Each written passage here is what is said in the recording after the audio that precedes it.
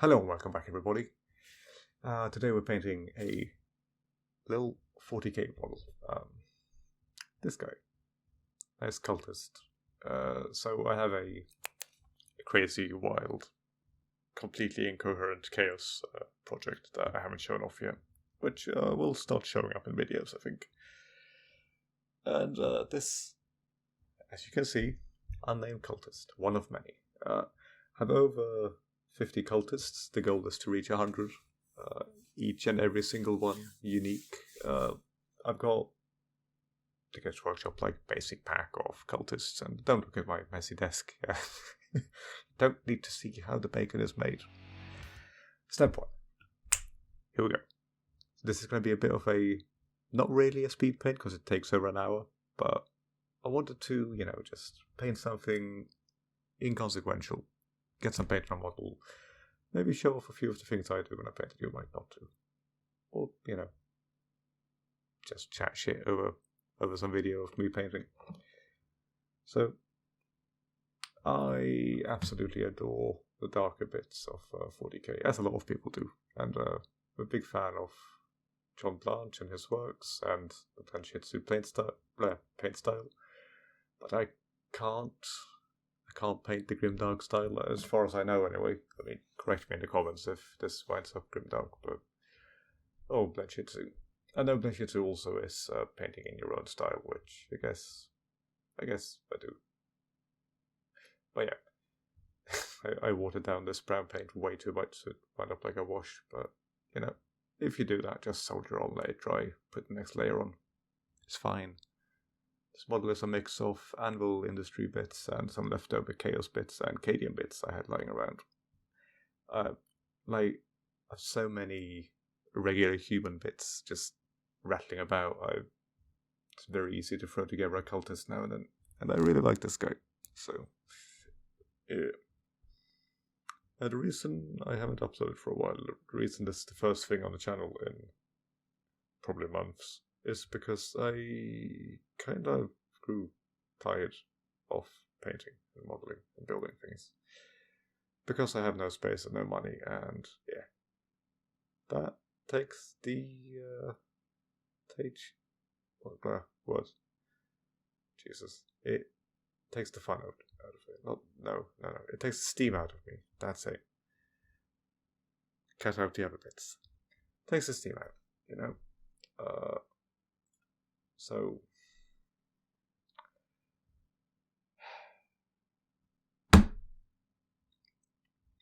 it takes the steam out. Now, painting something like this, something I put together that can just be as crazy and weird as I want it to be, and where the color scheme is not super important because they're meant to all be slightly different and have just like a few spot colors in common. That being, on these models, blood red, which I just paint some symbols on them here and there, and the rest is just grungy. Which brings me on to what I wanted to talk about while I paint this guy. And also while I apparently forget to cut out me fiddling with my lights to get the right warmth and brightness. Now I thought in real life this model was really shiny on camera, but I think that was just preview. Still getting used to this stuff, Anyway, I wanted to talk about grunge hammer, grungy models, grungy paint jobs.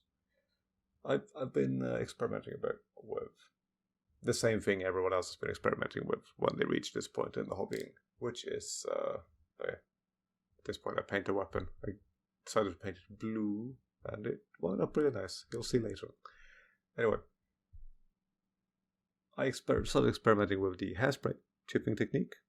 If you don't know what that is, look it up. It's a fun way of painting. I've tried it out. So, hairspray chipping, it's a good way to get those nice realistic chips in the armor of your model, where it looks like the paint's been flaking off, or you could say chipping away. And also, you can see that I was contemplating making the gas mask the same color as the gun, but I changed my mind because I wanted it to be the same color as his breastplate, or his flak vest, I guess that is. Yeah, anyway. And I've also experimented with pigment powders and like centerfold highlighting and all that juicy stuff, which you may have noticed I don't do much. Don't do any of those actually most of the time when I paint. And while a part of it is trepidation at learning something new, I also don't feel like they achieve what I want them to achieve when I paint models. And maybe I'm wrong, maybe I just need to try them out more. But as you'll see on this model, I think this guy turns out proper grungy and dingy, and it's got the dirtiness and the chipped armor and like the bits of dust and muck covering him. But I've added nothing other than paint. And I haven't painted on any muck or any chipping. I haven't specifically like dotted in any bits of, oh, that's not completely true. I'm lying to you. Later on in the video I do kind of do chipped armor, but you'll see. And it didn't turn out as nice as a lot of chipping techniques. Or rather, it didn't turn out the same. It turned out a lot less clear. Oh yeah, I'm still in my ochre period of painting. I've rediscovered ochre, and Jesus, do I love it. Absolutely love ochre. Ochre is just beautiful. And yeah, so currently painting a lot of ochre on things. And this model is no exception. Bit of ochre mixed with dried bark, I think it's called, that dark brown colour that bases everything. And some grey or khaki, I think. And just carefully like brushing that on to catch raised edges, but leaving the dark colour in the recesses is what I'm trying to say. I almost forgot to do the hood here, but I think around here somewhere I realise my mistake. Oh no, I was deciding whether I wanted it on the front of that leg too. And I'm glad I did, because in the end that leg actually looks dark, even though it's mostly that ochre mix. It would have looked out of place otherwise. Negative space is a good thing to think about though when painting models, and leaving base coat showing through on large chunks of plastic could really work. Like, I've painted quite a few models where I just don't paint anything, don't paint one thing, after the base coat. So a bit of base coat is still like under a cloak or on the inside of a leg that's away from the light source or stuff like that. It's just the same mix with a bit of khaki mixed in, I think. And then after this I go up to what's the word for it? After this I switch up to adding in a bit of flesh colour, I seem to recall. A bit of like palette witch flesh. Now, when painting this style of model, this kind of dirty, faded colours, all I do is I pick a colour I want it to be. I mix in the shade colour, I mix in the bright colour, or a lower, like a darker pigment version of the colour I do want to be the bright colour. Then I slowly work my way up in the blending towards purer of the colour I want it to be, to a certain point, and then less pure of that and more of the highlight colour instead. And I just blend it on. And if it's metal, I put sharp highlights on, and if it's cloth or flesh, I put smooth, softer highlights on. But yeah, you can see that flesh colour going in. And if you ask me, it turns out really nice, and it doesn't take very long. In fact, I'd go so far as to say that it saves time on painting compared to trying to properly like block in each colour and then carefully highlighting or blending like 3 or 4 colours up. It's going to make it harder to keep it 100% consistent throughout your army, but honestly, unless you're going for like a comic book look, and even then, do you really want your army to look 100% the same? Because some of them might have been out on patrol, their fatigue's got a bit, their armor's got a bit worn, like sun bleached. Someone else might have been mostly at a, interior job, or someone's been on a spaceship for months and it's just arrived. Like, they wouldn't look identical. And that's beyond the fact that it's not exactly set in, like, the most high-quality sci-fi universe. Like, the armor and weapons of the Imperium, for example, are practically handmade. That's not completely true. I mean, they're made in factories by tech priests and servitors, but there's no AI making anything. There's no actual, genuine, artificial perfection, so to speak. There's no computers calculating the numbers, because that's not allowed in the Imperium. So, Lord knows you could make a different Space Marines be completely different height and just say, well, they're from different batches, you know. And as for cultists, like this guy, it makes zero difference, and it makes no sense that they'd all be identical, unless, of course, the Chaos Lord or Sorcerer or whatever that leads them happen to come across a shipment of Imperial Guard equipment and made sure everyone updated their gear accordingly. But the way I see these guys is they're like rebels and fanatics that have risen up across a hive world. So, I mean, some of them might be wearing their regular day-to-day clothing. Some might be wearing stuff they sewed themselves. Some of them probably wearing stuff they stole from whoever. You know, they could have stolen it from a pilot or a Lord knows, from an Imperial Governor. Got that lovely model with the samurai-looking mask and the like commissar coat on him. And I painted him as if he'd turned the commissar coat inside out and then put the epaulets on the shoulders. You know what, I might cut him in here, show you a picture of him. It's really nice. I'm very proud of that model. One of the first models I tried out some non-metallic metal on. Really good. So you can see here, I'm using my fingers a lot. My fingies a lot, painting models. It's important. Don't be afraid to get personal with your models. You know, get your body in there. I mean, I won't judge. If you want to lick your models to get something to go on right, you do that. I wouldn't. But what am I doing? Swiping the brush on the side of the paint pot to get some liquid off because my finger got on too wet. Well, you know, you gotta think fast. When you're like brushing on the last few highlight layers like this, you want it to blend in proper. You don't want it too wet, you don't want it too dry. So get her done, so to speak. Man, I'm so happy how that khaki turned out, that ochre uniform is wearing. It didn't turn out super ochre looking in the end, but the ochre is definitely still visible. It's shining through with its lovely dirty yellow. Now, I've actually really managed to nail the lighting for this recording, because this looks exactly the same in real life. I've got the model sitting here in front of me. It is slightly bewildering, because with the orcs I noticed later, they looked a little bit darker on camera than they do in real life. So if you go back and rewatch that video, hint, drop a like and maybe subscribe, you'll see what I mean. Like, sorted it out better this time. It's probably good that I did that fiddling with the lights at the start. Well, you can see what we're left with now is very little's left to paint. And what is left to paint, a lot of it already has a kind of half base coat because the ogres spilled over onto it. Now, I had to make a big decision here. How do we paint the metal on the model?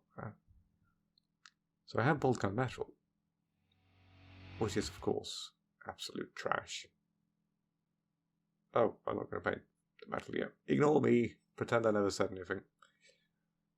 Now, we're going to paint the skin. Oh yes, here we go. So, it's my usual recipe. A bit of, I think it's Screamer Pink, they call it. Screamer Pink, which is a deep burgundy, kind of very red, purple, wine red you could call it, yeah. A wine red or burgundy colour. I mixed that with a bit of flesh colour, a bit of Graveyard Earth, no, Baneblade Brown, which is a like dark khaki beige kind of dealio, which gives a unhealthy, malnourished purple tint as a base coat. I wouldn't do this on a model that I want to look well fed and happy, but it makes them look cold, famished, gnarled. Just it looks uncomfortable. And when you highlight it up with, like, if you highlight it with very few middle steps up to a bright, you can make it look as if they are like tense and stiff too, which is such a nice effect, especially for grungier looking armies like this one. And Lord knows, I'm trying to get better at painting things grungy, as I mentioned. Back to that subject. So, I think I'm going to call this project Grungehammer. I'm going to upload videos now and then, very sporadically for Grungehammer. But I'm going to try to figure out a little bit more, like, how I like to paint. Because as much as I can paint a lot of different styles, I thoroughly enjoy models that look like they've been through things, like they've lived, they've fought, they've been in battle, they've been out in the rain and the wind and like the hot sun.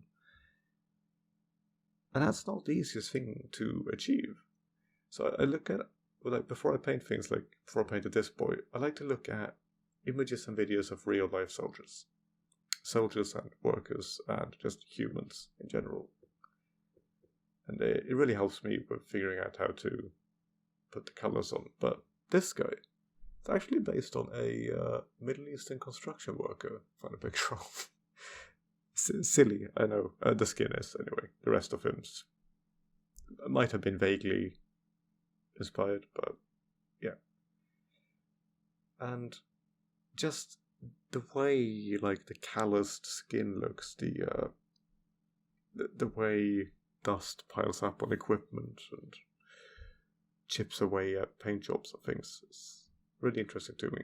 So I want all of these guys, all of this army, to be set on a kind of muddy, intermittently hot, intermittently very cold battlefield. That's the lore for this Chaos Army, is that they're in an uprising on this Imperial world I came up with for my other projects.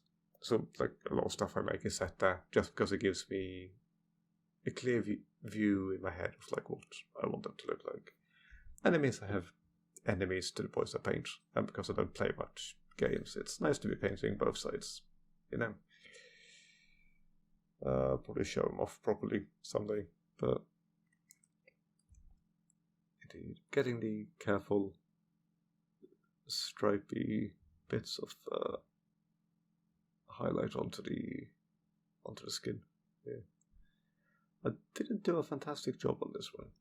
Looking back at it, I definitely could have done more to keep it consistent and logical. But again, I wanted to just kind of bash a model out, put my style of paint job on him, and get her done, so to speak. I should stop saying that.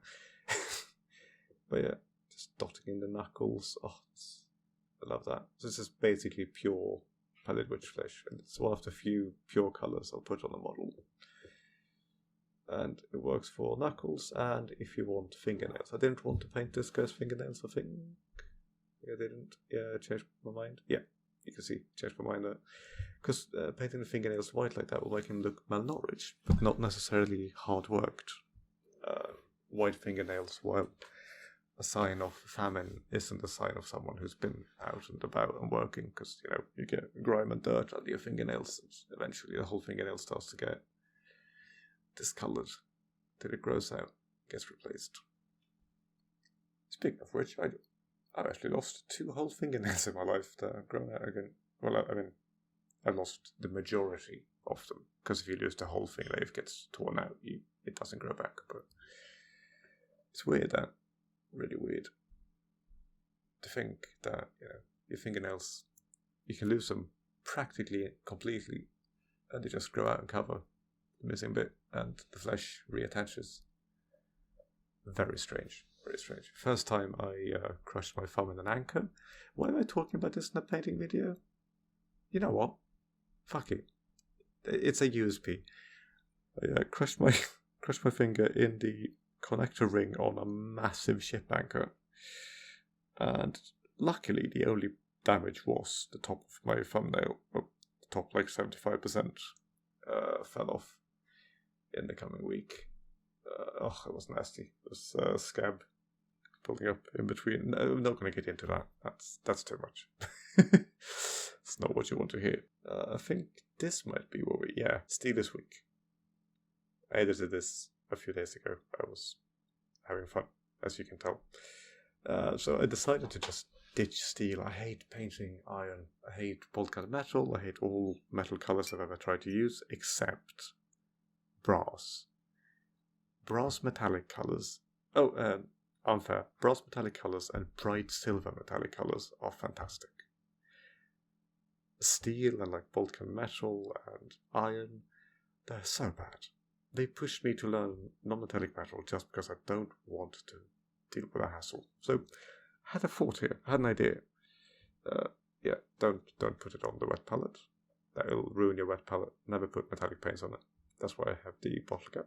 Also, replace your water after you've painted metal color. It's very important. For example, if like me you have sable hair brushes, they will get damaged by the metallic flecks in the water if you don't replace the water after using metallics. So I'm carefully just dotting the metal in. This is one of those paint jobs where, because of the order I've painted in, I have to be quite careful about putting the metal on. But at the same time, because I'm going to shade it anyway, it really doesn't matter that I'm putting the metallic color so it doesn't go all the way into the edges, because leaving that dark base coat, again, showing through in those areas is going to add some free shading. And ain't nothing wrong with that. Turns out fantastic in the end. Stick around and you'll see. Very good. So getting the brass on, painting them up. At this point, I wasn't sure I was going to paint the armor, but I think we're about to hit the point where I did the bullets, I did the grenades. Those grenades on the finished model barely look like they're brass. They look like they're like iron, and I'm very happy about that. You'll see later. Quite shiny, but then again, it's not supposed to be like hyper realistic, because if nothing else, then because I didn't feel like painting realistic. Like I have some historical projects, painting a Czech army for Team Yankee, and I have a bunch of old 15mm Japanese I need to paint up, Lord knows, for World War II game. What else? Well, I mean, the Lord of the Rings models are a bit more realistic looking too. Although I have been thinking about doing a few of them in brass too, because you'll see in this, just because you base coat a metal with a yellow metal doesn't mean it's going to look like yellow metal when it's done. And also, even if it doesn't necessarily have to look like the metal itself is yellow. It can just look like it's reflecting light or covered in oil or stuff like that, or grime. So I'm just highlighting the armor with some bleached bone mixed with metal paint, and don't worry about mixing in colors into metal paint. If anything, if you want to see good examples of how to use metallic paints like this, go check out Dana Howe on YouTube. Dana Howe does some fantastic videos about painting metal. They're not necessarily specifically about it, but like the Loon Curse Boss, I think it's called, is fantastic. A fantastic video where she talks about painting metallics. Oh god, I'm losing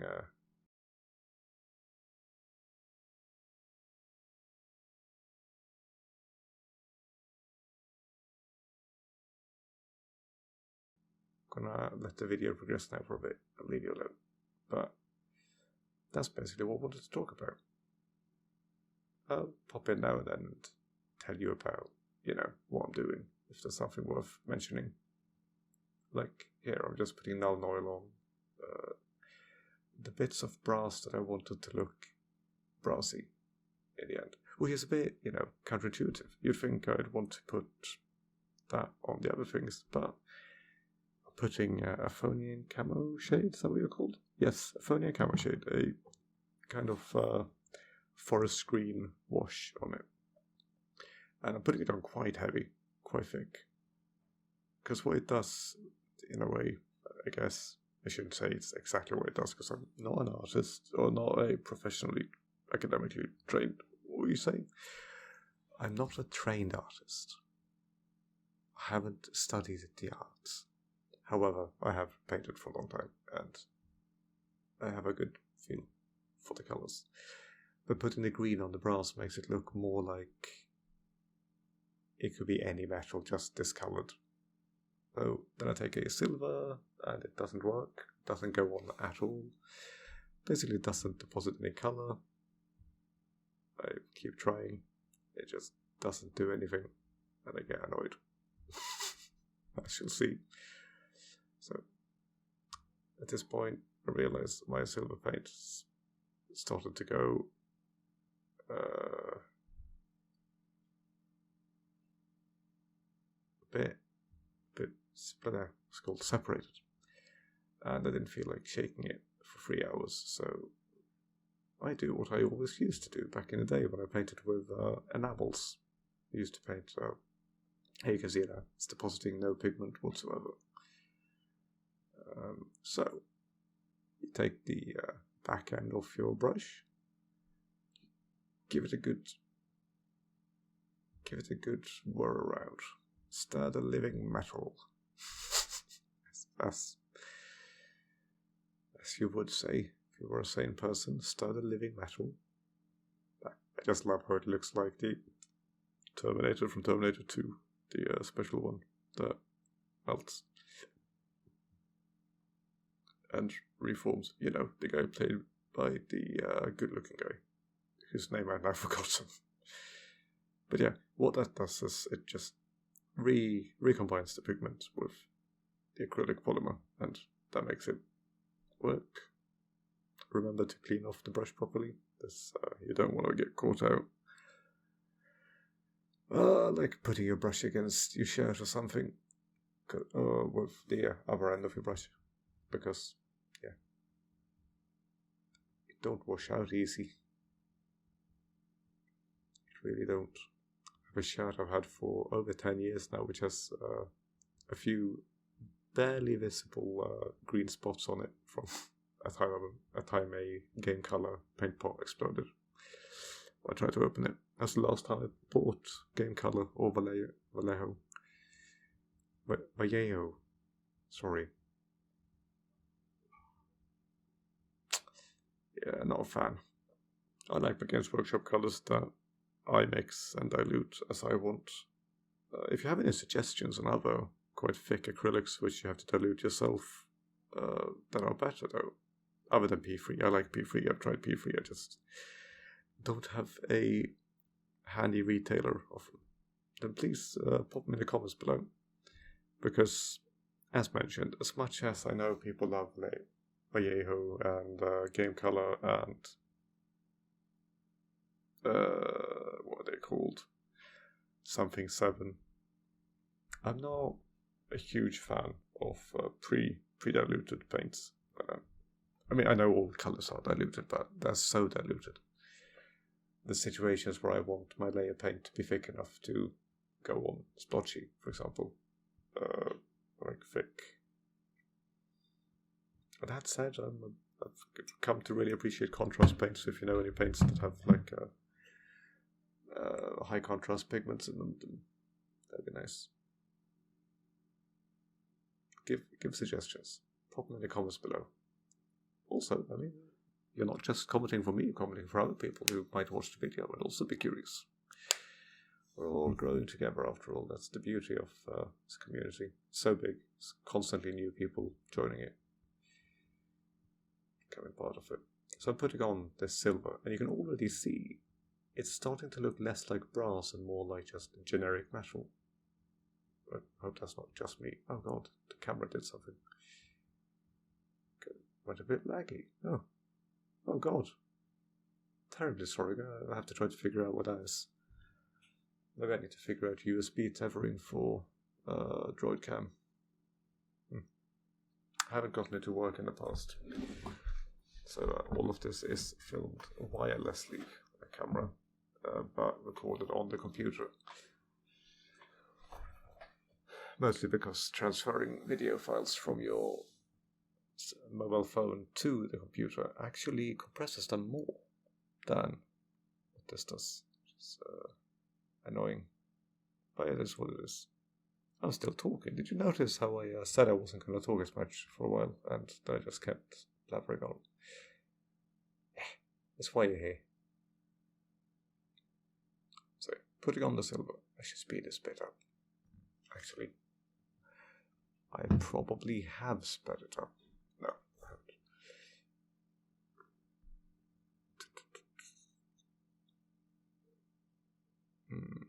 God. The amount of pauses and breaks that I've cut out of this, though, you would not believe. That's a lot. So, we are at one of my favorite stages of the paint job now, where I believe, aggregate surf shade over all the metal, and this really ties it together and makes it look like I don't know what it looks like. I just know I like it. It looks like nice metal, fun metal, I'd call it.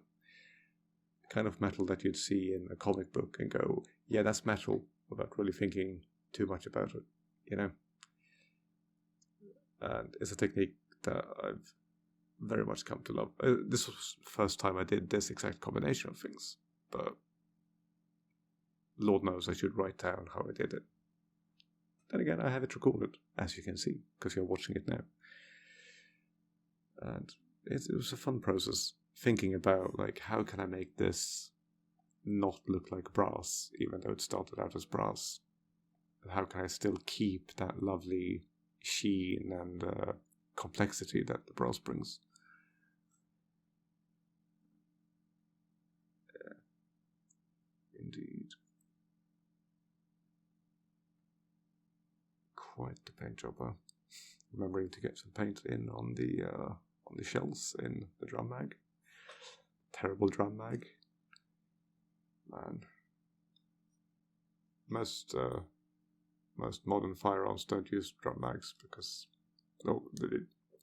private people, like private users might, but military usually don't, because it's very difficult to make a reliable drum mag that will function well over a long campaign. So, or even just how function well in a single firing. They are quite generally not great. Just not great. Yeah. I hope you're enjoying the video. If you're still here, I would assume you are. If you are, pop a like in the comments below. And maybe subscribe to the channel, because I'm gonna be veering more towards this kind of content, I think. Although, I'm also gonna make some instructional videos, talking about how you can learn to paint not in the Games Workshop way, but in a more fluid and conformative is not the word I'm looking for, fluid and consistent way. Keep the colors of the enemy, let it breed spite. I like that one. This is where I add the flecks of remaining armor color. So dark green and dark brown mixed together as a base, and undiluted, so this goes on thick and actually leaves a slight crust on the model. Which, important note, varnish your model if you're going to do this. You'll see later how it looks. I think it looks good. Doesn't look exactly how I wanted it, but doesn't have to. Never has to. Getting it exactly how you want it's unimportant.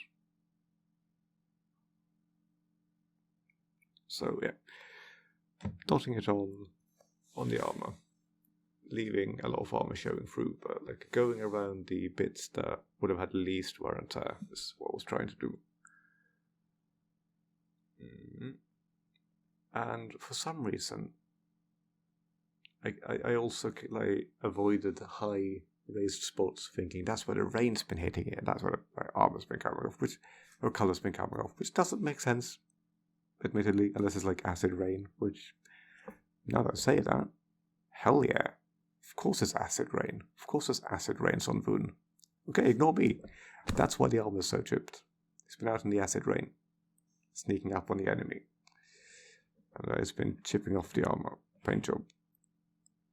So he's wearing a green armor. So I'm mixing in a bit of a pale yellow, so I think like bleached bone, into a brighter green. Oh no, the same green actually. I used the bright green all the way through. It was bright green plus dark brown, and then bright green plus dingy yellow, like bone yellow. And then the next step is more bone yellow, less regular green. And then I try to go around the rim, the top rim of each chip of paint. Alright, good. Yeah, you can see that. It's looking quite nice. Green over yellow, of course, like this, like green over brass always works too. So, cheating a bit there, but it's good. Yellow, but this is part of the reason for the brass, I think. Because it wasn't a completely conscious choice. I kind of ad hoc a lot on a paint. But a part of it, I think, is that it's so much easier to match colors to yellow than to grey. Now, if you shade your like iron or steel more blue or more green or more red, I don't know if you would do that. Maybe you could. I mean, if you're making it a bit more dirty, you can definitely correlate colors to it.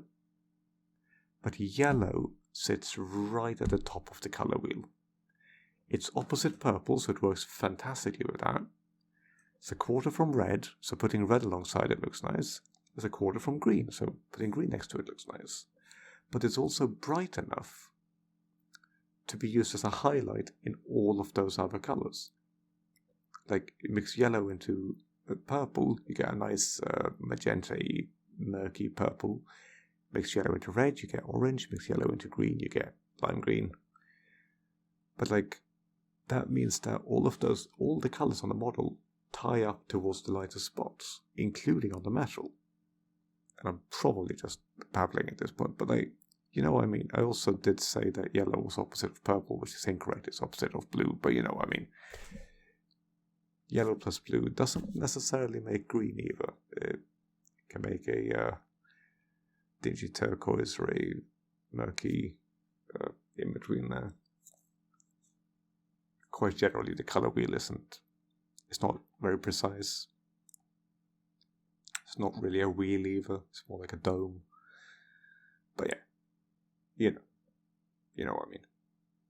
Yellow is a nice color also because when you mix it into other colors, it tends to not take over. It tends to not like remove that pigment. Yellow pigments are quite weak generally.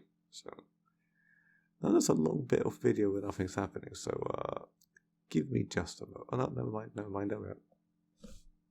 I'm gonna leave this in, like me commenting on my own editing, because apparently I don't hold myself in very high esteem when it comes to editing videos. Well, in very high regard, I guess. So put in the as I mentioned, the brighter now like skeletal and green, skeletal bow, words, bone white and green. I'm putting it on like the tops of the chipped bits and around the edges of the chipped bits, but only towards where the sun is hitting. And as I said, it didn't turn out as I wanted it. It didn't turn out fantastic, but it still looks nice. And for the time it took, I'm very pleased with this one. Which, after all, is what really matters. And you should learn to judge your models on the time you spent on them, not on... don't compare your models to things that people spent weeks and weeks on if you only spent an hour on it. If you can paint something that looks this good in an hour, then, do that. It'll make you feel good. And it'll make you a better painter than fighting away at one model for a week, only to then compare it to something that someone spent 6 weeks on and going, oh, well, it's not good enough. It's nice to have a few models in your repertoire. In your menagerie. Had to come in with some motivational speaking there, as usual. I am, of course, incessantly optimistic and positive. Now, live as I teach, not as I do. Learn, have, monkey.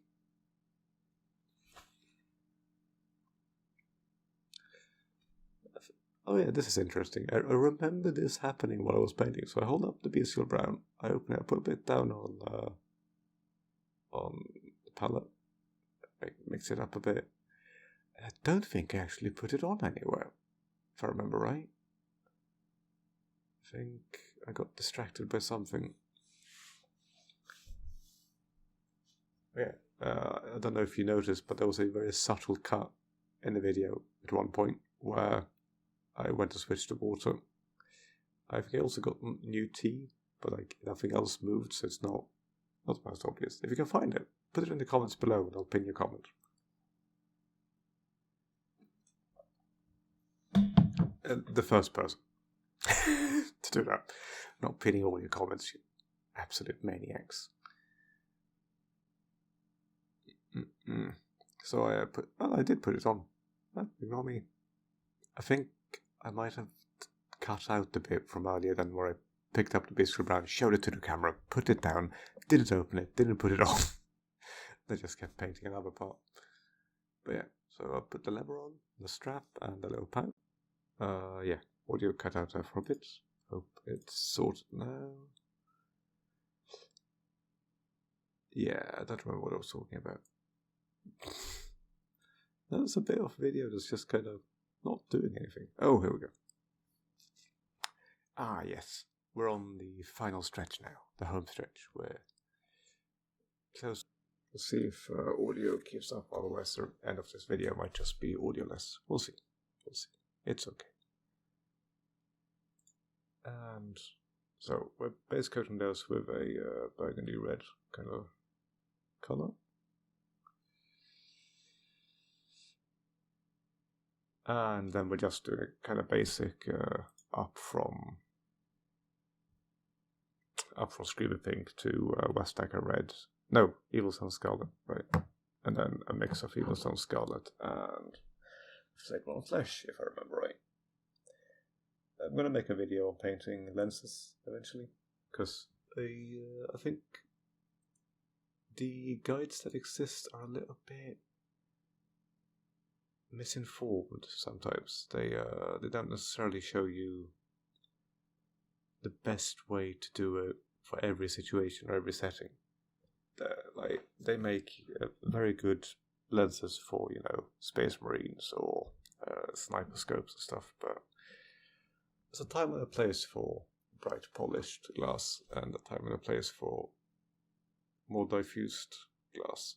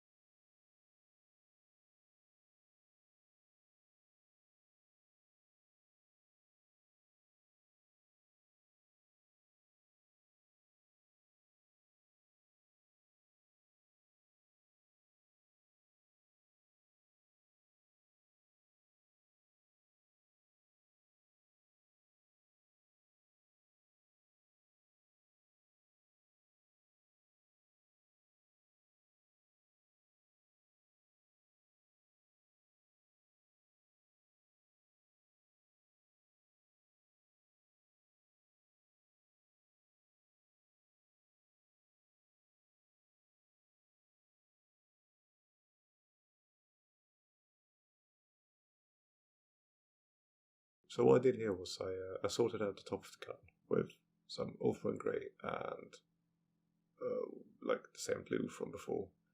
You can see I'm also taking a chance when fixing the overbrush there to highlight the whole gun. And that's all it really needed in the end. I added some rust later, but it looks damn good, if you ask me.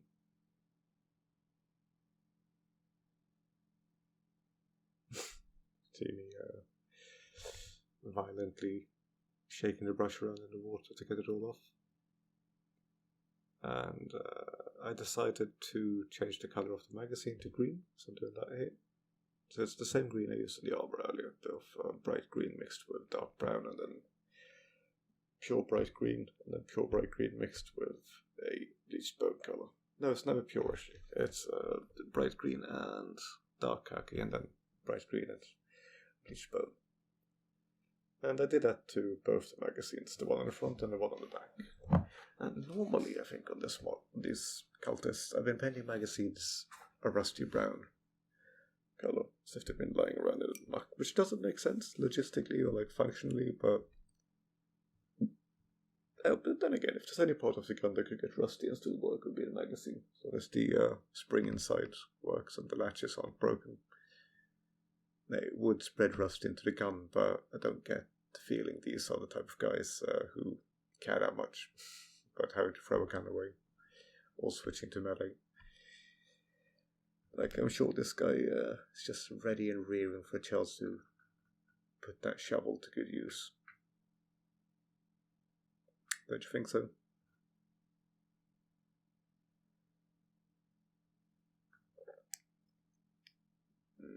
It's just a bit of a detour, but never be afraid of going back to a previous color and either repainting something or fixing up a splotch you made. And I think this also kind of goes to show that even though I'd, put so many layers of like washes and different stuff on the other bits of green, I don't even know what I'm painting now. I think I might be highlighting the green on the front.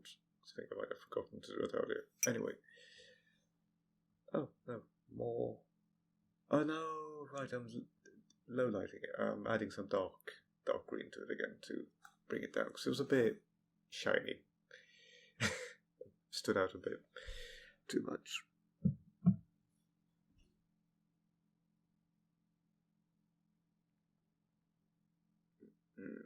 But yeah, it goes to show that you can go back and sort it out even if you're not using pre-blended colors. You can go by eye, or you can just remember what next. Like, keep it in mind, or keep a little post-it note where you write down what colors you're using in this project. And in the end, as I said, it doesn't matter if something's deviate in color, even though they're supposed to be the same thing. Because in real life, shadows fall differently on things, light falls differently on things, things can get sun bleached or worn, right, sandblasted. Or those if you're out in the desert or a muddy field for long enough. That's what happens to things. Now, I'm keeping the model out of view because at this point I was starting a bit tired and forgetful. It's the main thing I need to learn to work on now. Like, I've sorted out the technical stuff mostly. Hopefully the audio on this one is okay, in spite of me fiddling around with stuff I don't really understand. And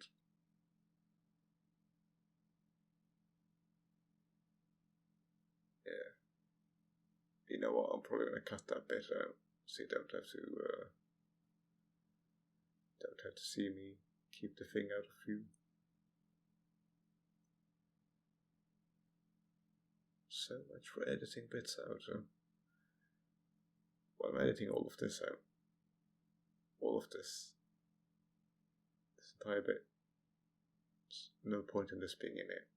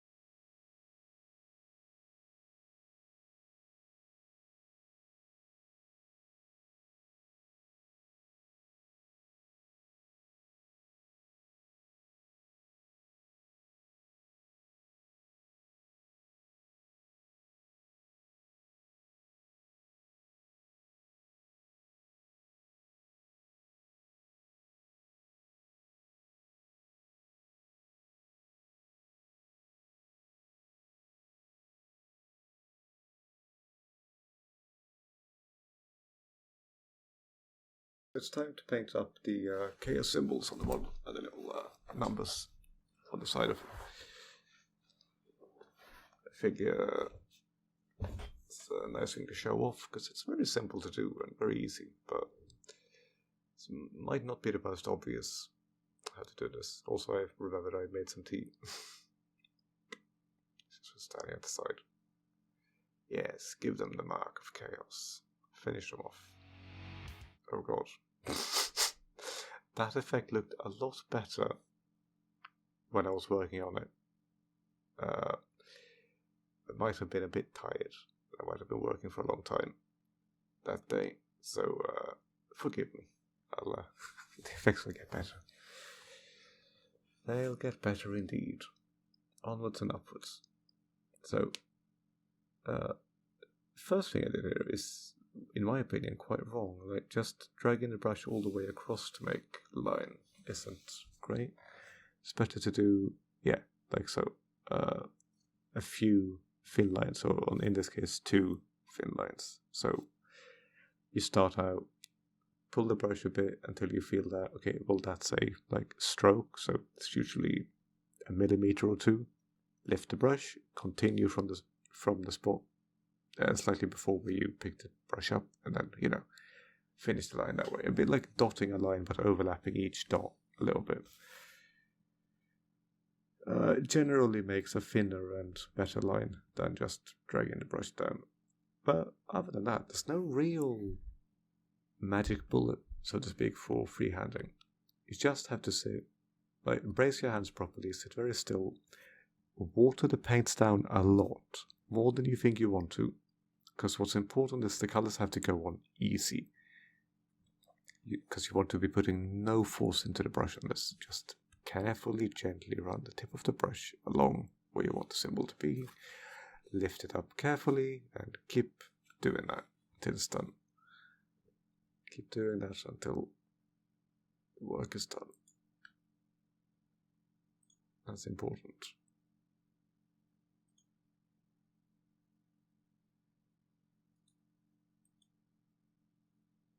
So, bit of Evil Sun Scarlet. We're doing up the lenses now. Indeed.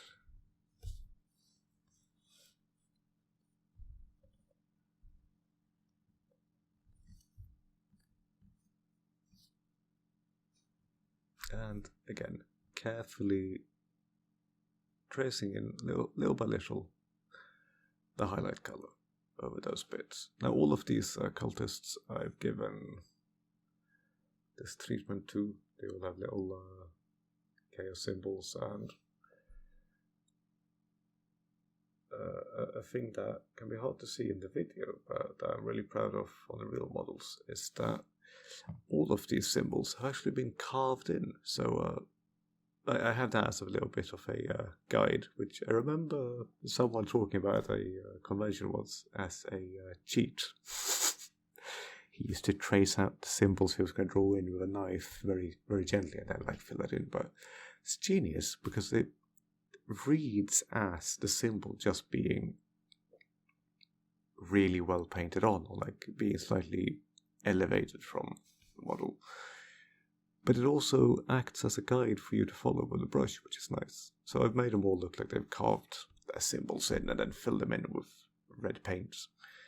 Because let's be honest, blood doesn't stay that vibrant for particularly long. Then again, it might be magic, but no, I imagine it as red paint. I also made a conscious decision not to base coat the eye lenses in the same color as the symbols, so that the red will be slightly different. So the eyes shift more towards blue and the symbols shift more towards orange. The eyes base coated with the eyes are base coated with burgundy screamer pink, and the symbols are base coated with flesh terrace red.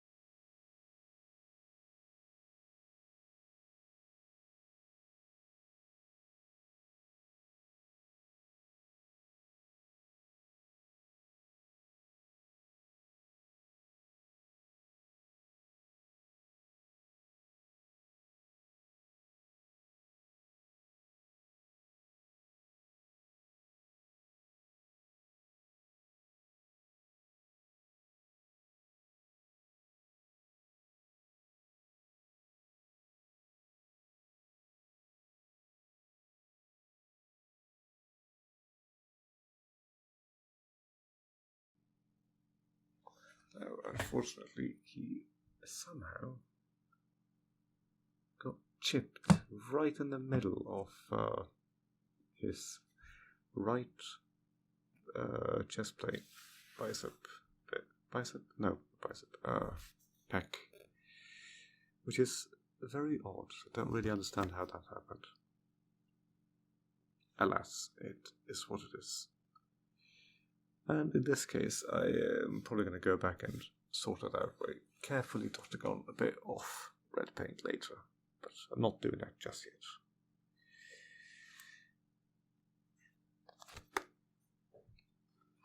Indeed. So, to show off how the islands has turned out in a way, right now I'm just finishing off the level. So yeah, gotta say, pretty pleased with how he's turned out. Gotta say.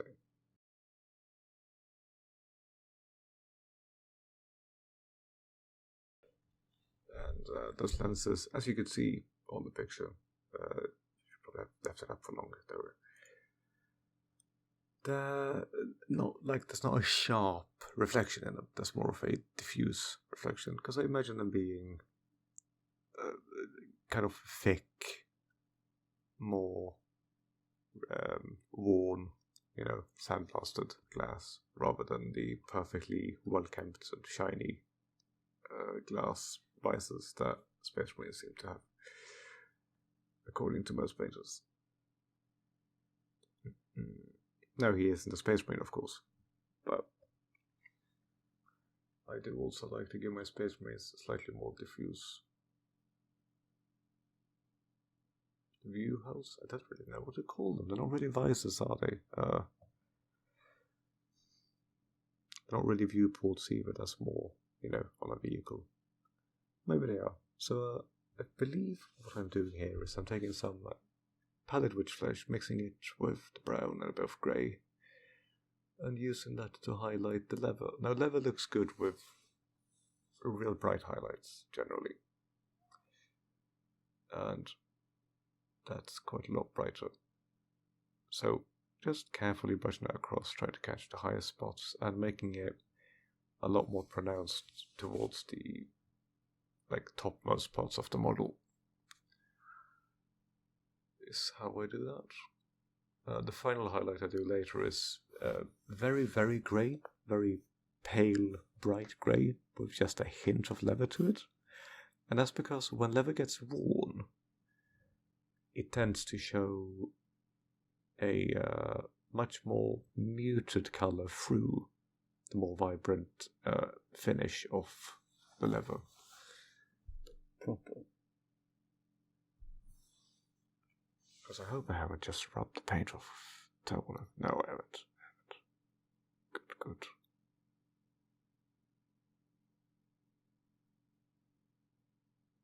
So yeah, for the time he took, pretty pleased, as I've mentioned.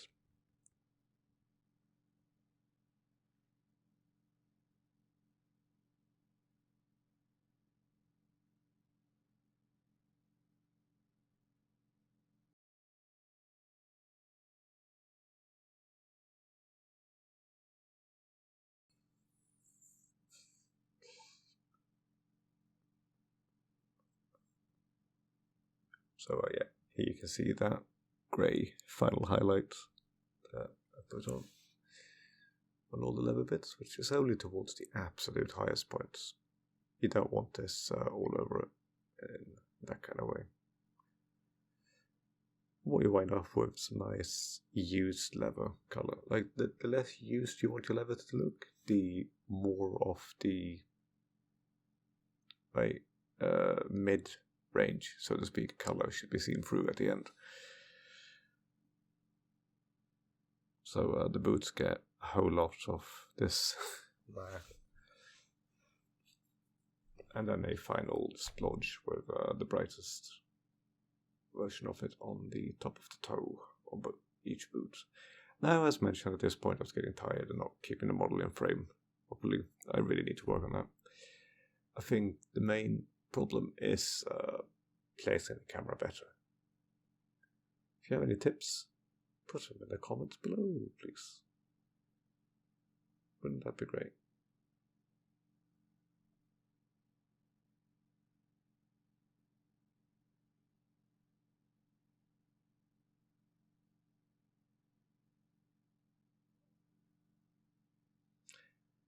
And as mentioned, the little dot on the tippy toe of the boot.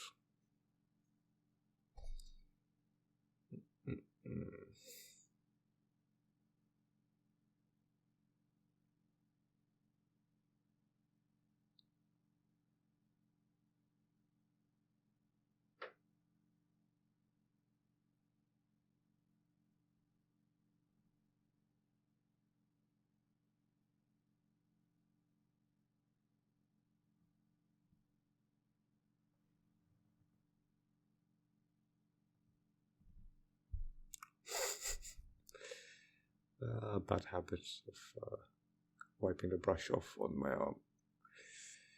But I always forget to bring paper towels for it. Putting the brush away, switching to the smaller brush, I assume? No, I think this might just be model done. Gonna be completely honest with you. Don't think there's any more painting happening. Never mind me. I guess that was.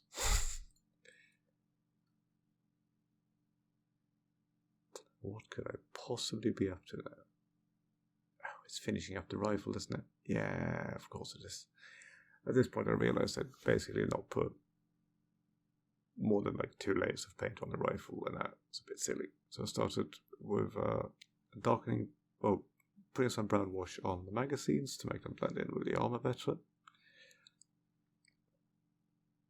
And apparently, again, on the armor, which, if you ask me now, I would say don't, but indeed, telling him to stay there, apparently. Yeah. Indeed. So he has a little patch on the side of the hood, and I really wanted to show you a nice way to make the armor look like the fatigues look patched without putting too much effort into it. I don't know if I like how it turned out, but it's a method that works quite well.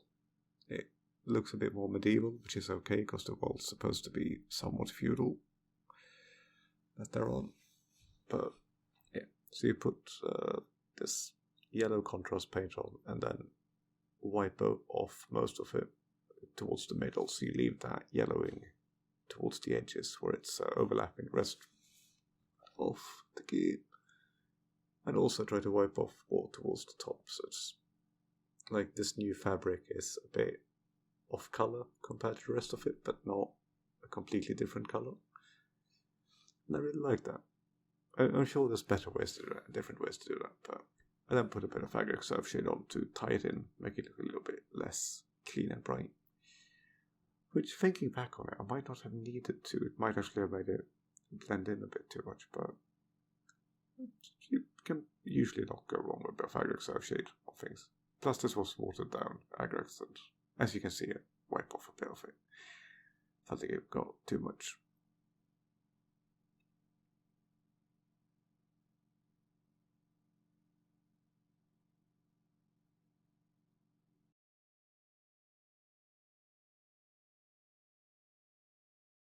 And would you look at that? Fantastic looking model. And pay attention to the grenades, as I mentioned earlier. Very nice looking. Don't look like brass, to me anyway. And the final Dr. Filch touch. Adding a bit of rust to the model. So a bit of bestial brown. This kind of reddy brown colour. Looks good as rust pooling in recesses or something. And then, as I just said, put it in the recesses. And for this guy, I didn't want it to be all over the gun, so I didn't just drape it over and then wipe it off with a finger. I spotted it in where it felt like rust would build up, and then wiped it off the highest bits. And in the end, it turned out really nice. I kind of wish I would have put a little bit of it on the armor too, but it doesn't need it. Yeah. It looks like he's actually polished his armor a little bit, even though, it needs a lot more than a polish. Fresh coat of paint would, sort it out. But that's not the cultist way. You don't put a fresh coat of paint on your armor. Who the hell does that? There's no time for that. You got water in. Yeah, it turns out I did put a tiny amount of it. I have to look on the real model now, see if I can even tell. Oh yeah, it is there. It's just... oh man, such a sparing amount of rust that you can barely tell it's there on the finished thing. As you'll see in a moment when I show it off camera. And I also put a little bit of it on the back of the armor. And on the helmet. And now I have to take a look. Did I really? Oh, I did. And it looks really good. Man. Impress myself sometimes. And that's what you should strive for in life. Keep impressing yourself. Because it's the only person that matters in the end.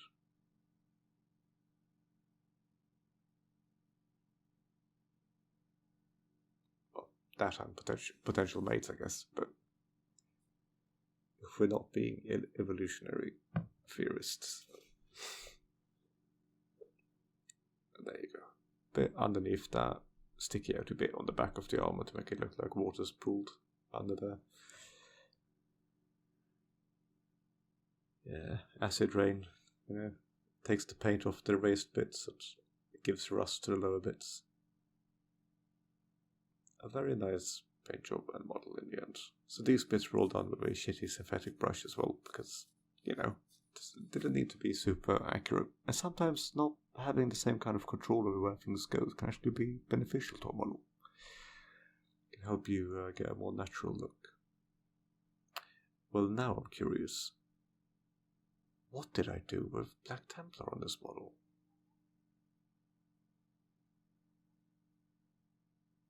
Oh, cheeky.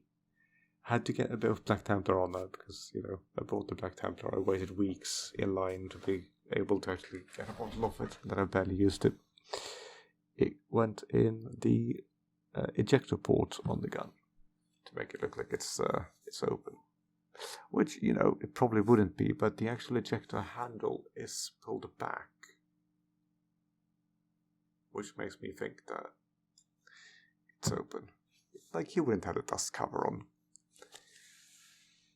He wants to be able to start shooting just whenever. Which, again, admittedly, most guns do blow the dust cover open when you start shooting, but with a rusty old gun like that, might even have removed the dust cover, just because it kept getting in the way, jamming. So yeah, I painted it open. Probably shouldn't, but I did. And I think it looks nice. Adds a bit of interest to the model, and not everyone's a fucking gun nerd either, so... took a bit of Nuln Oil and that daubed it over the more complex parts of the gun to make the mechanisms look deeper. But I think it really paid off on the finished model. So yeah, that's it.